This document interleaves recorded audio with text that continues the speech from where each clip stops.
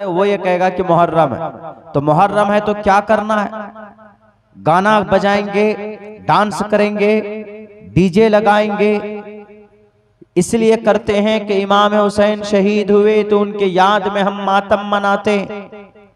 उनके याद में मातम मनाते हैं का मतलब वो शहीद हुए इस दिन, इसीलिए उनकी शहादत की वजह से हम लोग नाला है, दिल रोता है, इसीलिए हम लोग आंसू बहाते हैं, मरसिया पढ़ते हैं या गम मनाते हैं। बिल्कुल गलत गलत गलत दलीलें पेश की जाती।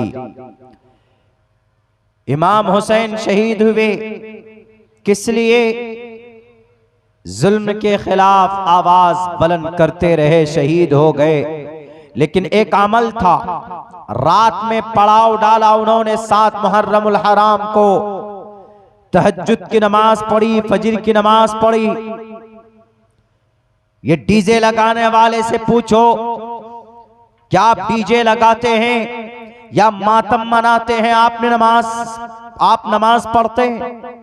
इमाम हुसैन की अगर आपको याद जिंदा रखना है, अगर उनकी सुन्नत पर चलना है, तो इमाम हुसैन तो असर की नमाज में सजदे में गए, उनका सर काटा गया।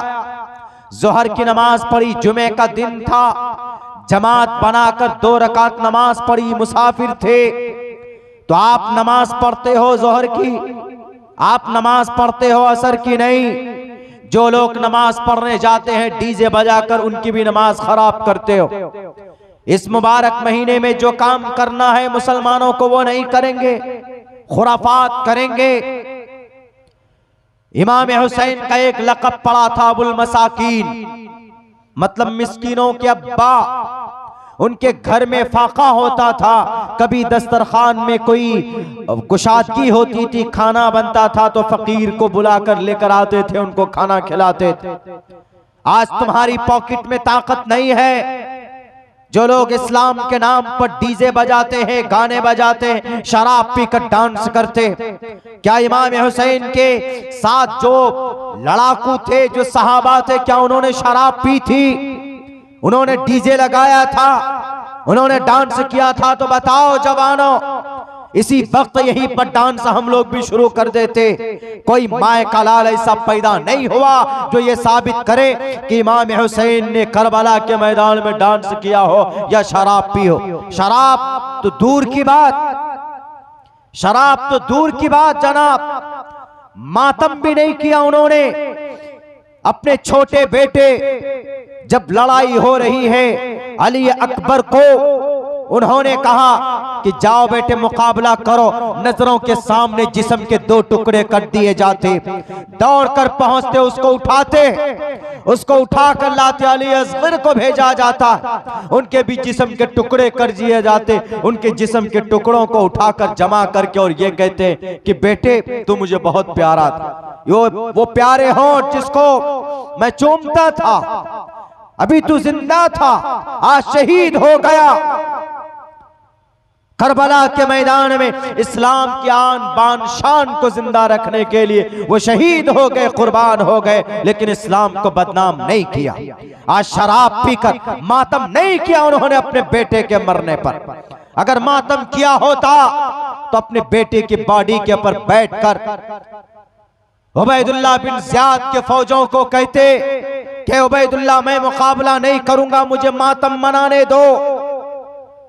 लेकिन नहीं, उन्होंने अपने बेटे की लाश रखी एक तरफ और गए खेमे में और जाकर कहा कि लाओ वो चादर जो उनकी माँ का, फातिमा रजी अल्लाह ताला अन्हा की बनाई हुई चादर का, वो चादर दो और वो टूटी हुई तलवार दो, जिस तलवार से मेरे अब्बा हैदर कर्रार मुकाबला करते थे दुश्मन से। वो टूटी हुई तलवार ली और वो उस पगड़ी को मंगवाया जो पगड़ी अल्लाह के नबी अलैहिस्सलातु वस्सलाम बांधते थे। सर पे नबी ने अपने नाना की पगड़ी बांधी, हाथ में हैदर कर्रार की तलवार ली और फिर चादर ओढ़ा उस माँ का, फातिमा रजी अल्लाह ताला अन्हा का। चले गए मैदान में मुकाबला करने के लिए, मातम नहीं मनाया था।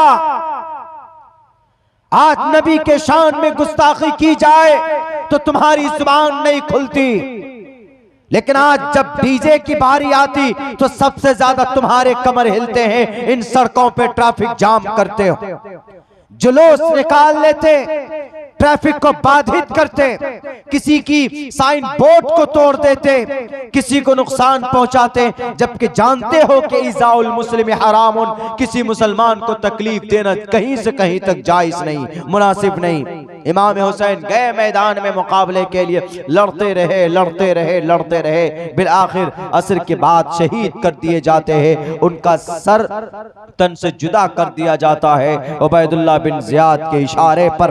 और उन काफिर और मलऊन और मुशरिक लोगों ने जिन्होंने हजरत हुसैन रजी अल्लाह ताला अन्हु को शहीद किया, लेकिन फिर भी इमाम हुसैन रजी अल्लाह ताला अन्हु झुके नहीं, वहां पे गम नहीं मनाया उन्होंने। गम तो इस्लाम में जायज भी नहीं है। अगर किसी के घर में मौत हो जाए, अभी बहुत करीब के दिनों में 2-3 दिन पहले हमारे बड़े भाई तजम्मुल हुसैन साहब यहाँ पर आए हैं, इनकी बड़ी बच्ची का इंतकाल हो गया अचानक। पढ़ने में बहुत तेज थी, बहुत संजीदा मिजाज की बच्ची थी। हमारी अहलिया आई थी तो काफी क्लोज वो बच्चियां हो गई, अचानक उस बच्चे का इंतकाल हुआ। अल्लाह से दुआ कीजिए कि अल्लाह उस बच्चे के दर्जात को बुलंद करे, और जितने भी लोग इस दुनिया से जा चुके हैं अल्लाह उन तमाम मरहुमीन मरहुमात को जन्नतुल फिरदौस में आला से आला मकाम अता फरमाए। अब तजम्मुल भाई ये कहें कि नहीं हमारी बच्ची का इंतकाल हो गया, मैं सब कुछ छोड़ दूंगा, मैं बस अब गम मनाऊंगा। इस्लाम में गम, इस्लाम में आप सोग ज्यादा से ज्यादा 3 दिन तक मना सकते हैं। हाँ, यह है तकलीफ होती जरूर है अपनों के जाने पर, लेकिन यह हकीकत है। अल्लाह के नबी जिंदा रहना चाहते तो उन्हें मोहलत दी जाती, लेकिन नहीं, ये एक ऐसी हकीकत है मौत कि बड़ा से बड़ा तुर्रम खा दुनिया में आया, सबको मौत आई, मरना है सबको।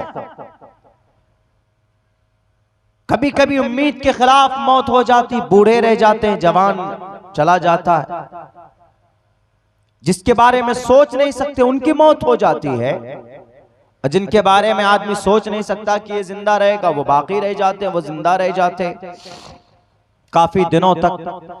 तो सोग मनाना, गम मनाना 3 दिन तक। उम्मे हबीबा रजी अल्लाह ताला अन्हा फरमाती है कि जब उनके अब्बा का गालिबन इंतकाल हुआ तो 3 नहीं, उनके शौहर का इंतकाल हुआ तो 3 दिन के बाद फौरन उन्होंने इत्र की खुशबू मंगाकर अपनी बॉडी पर लगाकर ये कहती है मैंने सिर्फ इसलिए लगाया क्योंकि अल्लाह के नबी फरमाते हैं कि 3 दिन से अधिक आप सोग नहीं मना सकते, आप गम नहीं मना सकते।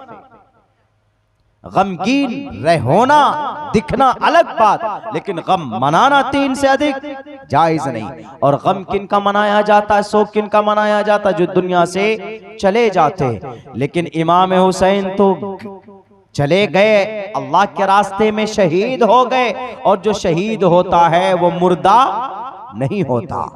वला तक़ूलू लिमन युक़्तलु फी सबीलिल्लाहि अमवाता बल अहयाउन इंद रब्बिहिम युरज़क़ून। वला तक़ूलू, मुर्दा मत कहो उन लोगों को जो अल्लाह के रास्ते में शहीद कर दिए गए, बल्कि वो जिंदा हैं, अपने रब के पास उनको रोजी दी जाती है, उनको रिस्क दिया जाता है। एक दूसरी जगह फरमाया वलाकिन ला तशऊरून, लेकिन तुम लोग नहीं जानते, you are not able to understand them, उन्हें समझ नहीं पाओगे। तो अब वो मुर्दा ही नहीं है, वो तो जिंदा है। जिंदे के नाम पर गम मनाना,